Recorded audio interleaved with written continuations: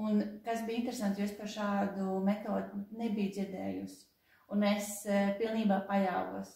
Es nedomāju par to, es nepārdzīvoju, teiksim, tā būs vai nebūs, jo man šis brīdis bija diezgan izmisuma solis tavā virzienā, un es jau meklēju jebkādu palīdzību, ko es varēju, un es paļāvos, es klausījos, un patiešām ļoti ātri manā gadījumā nostrādāju. Nu, galvenais, ka tu tagad zini, ka tev ir tāds rīks, ar kuru tu vari sevi sakārtot, jo, protams, cilvēks var atgriezties tur, kur viņš ir bijis.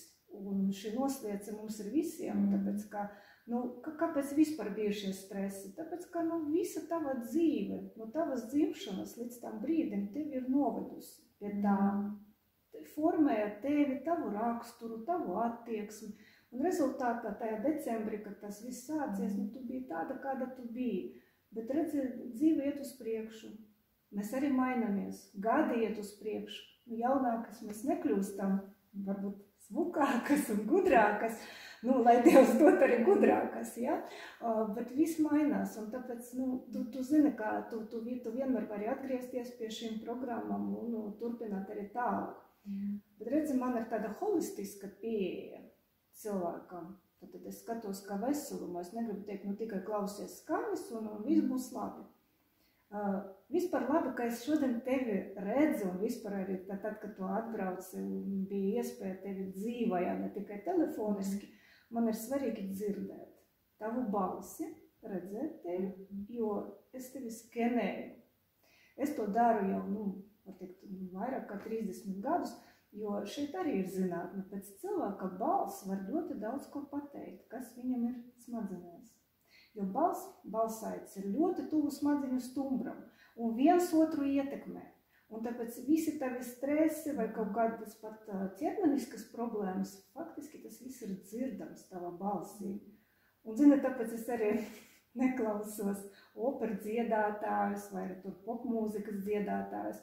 Es saku, kāpēc man ir jāklausās visas viņu problēmas un arī visas slimības, es to visu dzirdu. Un es tev gribu šodien teikt, ko es šodien dzirdu, ja? Kaut kas ir mainījies jau par šo laiku. Skaņas jau kaut ko mainīja arī tavā balsī.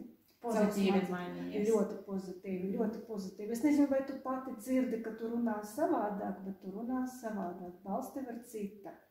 Un tagad vienīgais, kuru es vēl varu pieķerties, tā ir galvas pamatne. Tur daži muskuļi ir sasprindzināti. Bet mēs ar tevi ar to tiksim galā. Un šeit ne tikai ar skaņām, protams, skaņas arī ietekmē muskuļus, visa ķermenī, caur ausim un pēc tam arī caur dažādiem smadzeņu rajoniem, bet visu ķermeni. Bet galvas pamatnē es tevi iemācīšu dažas tehnikas, ko tu veiksi arī pati un pakāpeniski arī pati savēdīsi kārtībā savu galvas pamatni, jo arī vizuāli var redzēt, kā ir tāda mazliet galva. Un tas mums daudziem cilvēkiem, ja tas ir no darba, tu turēt mazliet uz vienu pusi.